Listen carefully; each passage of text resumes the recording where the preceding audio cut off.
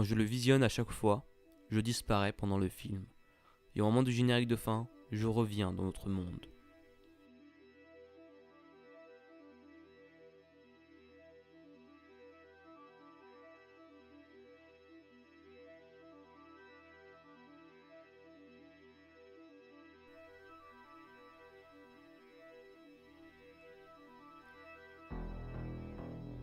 Bonjour et bienvenue dans Découverte. Il existe des films si étranges qui après visionnage ne sont pas compris. Quel est ton message? Que veux-tu nous délivrer? Quel est ton sens? Pourquoi cette fin? Aujourd'hui on va parler du film canadien Beyond the Black Rainbow, réalisé par Panos Cosmatos. Quelle est cette étrangeté? C'est la question que je me pose depuis le visionnage de ce film. Tant d'interrogations subsistent. Qu'est-ce que ce triangle? Quelle est cette masse noire? Qui était au téléphone? Pourquoi tant d'humains ressemblent à des monstres?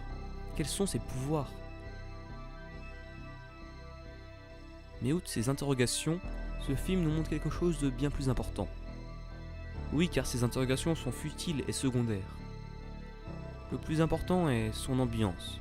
Tout ce que le film nous transmet, ce sont des sentiments et une ambiance anxiogène. Et comment ne pas parler de la musique de ce film? Les musiques sont remarquables. Je les écoute souvent, d'ailleurs, très souvent. Malgré ses défauts, ce film nous transmet quelque chose, son âme.